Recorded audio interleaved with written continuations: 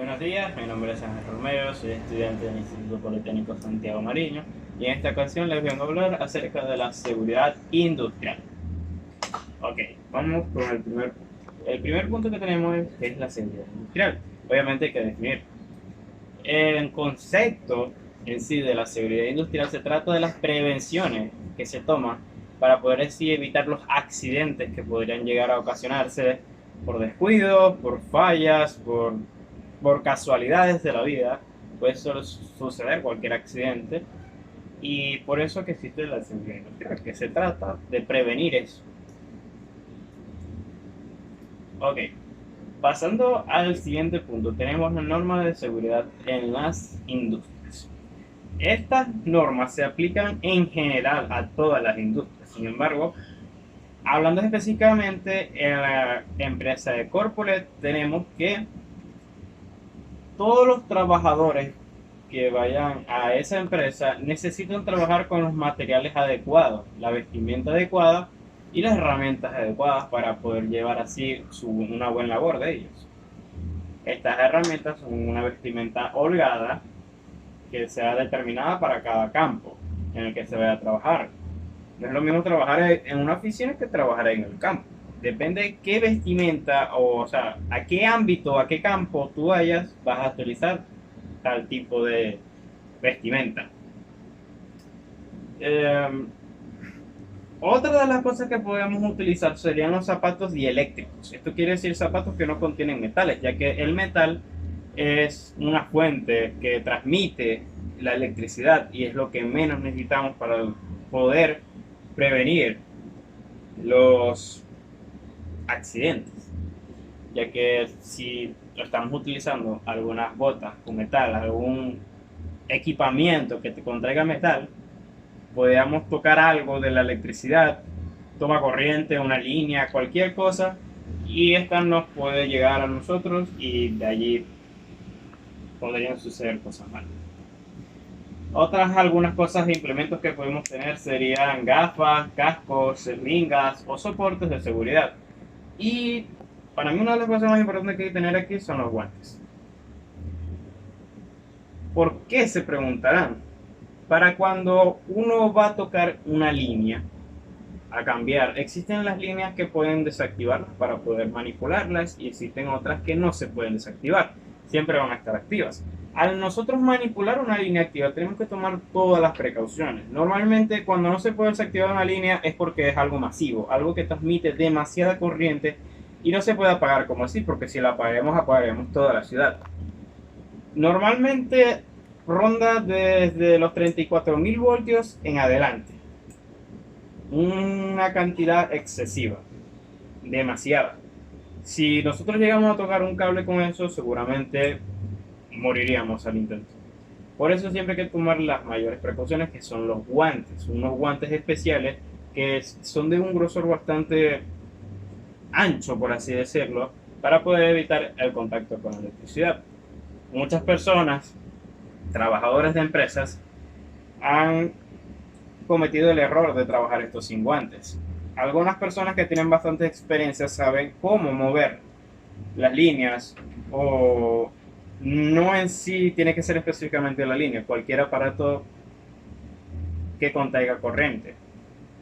Lo hacen sin los guantes y gracias a su experiencia pueden manipularlo sin algún tipo de accidente.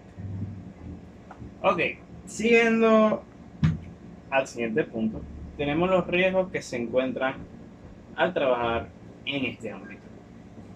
Bueno, los riesgos que se pueden encontrar, un buen ejemplo que podemos tomar sería el anterior.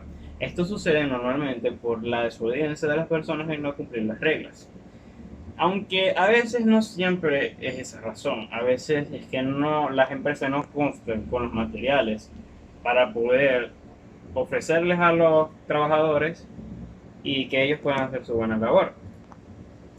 Entonces, este es un caso que sucede mucho, porque les creo ya haberles mencionado en el punto anterior eso, de que Corpulent es una empresa que ya lleva unos 8 o 10 años y no o sea, en estos tantos años que ha sucedido, no ha ayudado al aporte de los materiales, no le da esos materiales necesarios, herramientas necesarias a los trabajadores para hacer su buena labor.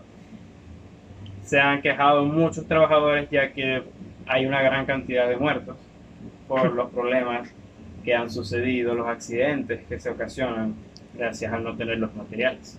Por eso es muy importante seguir las reglas al pie de la letra cuando se habla de la electricidad, porque este es un fenómeno muy peligroso al no trabajarlo como se debe. Bueno, un ejemplo bien claro es el de la línea que ya les expliqué anteriormente. No solamente puede suceder riesgos con la electricidad, sino también al mover una cuchilla que se haya caído. La mayoría de las veces se maneja con una varilla especializada para eso, la cual utilizan para bajar y subirla y cambiar alguna pieza que se haya quemado.